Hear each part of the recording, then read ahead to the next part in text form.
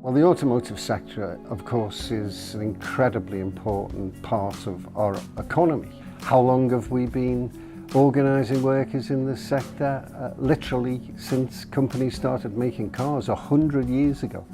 We employ about 800,000 people, contribute over 70 billion annually to GDP, and most importantly, we're an export-led sector, so about 80% of what we produce goes abroad.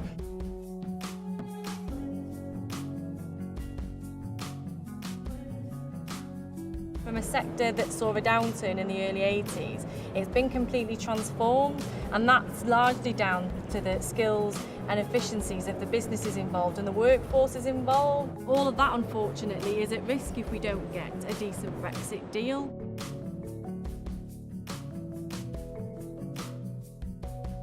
Many of those components are travelling backwards and forwards across the countries. If we have world trade tariffs, that could cripple the industry and create companies like Ford thinking about where they place their manufacturing sites in the future.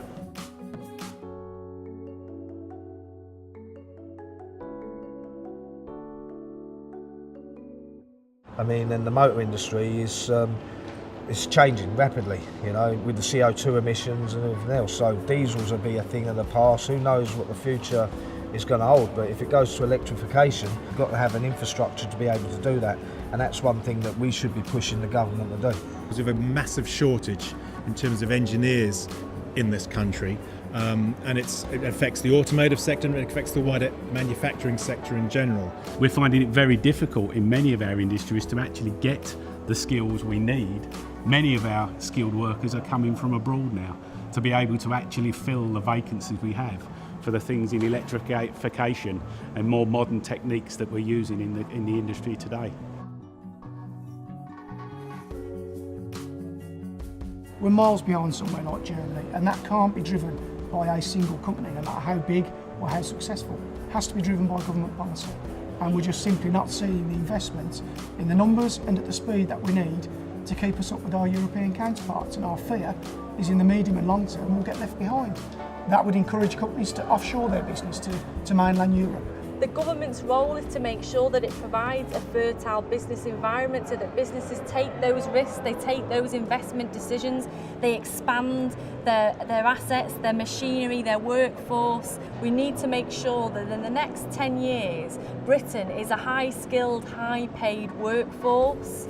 Most companies have an apprenticeship scheme trying to get young people involved in the sector, and that's got to continue. Having apprentices in the automotive industry is very important. We need engineers in the UK. I think if there was a way of actually upskilling the workforce to move on to other jobs in the industry, to take on some of the roles that currently we will need in the future for new technologies, then you could see that as being a positive.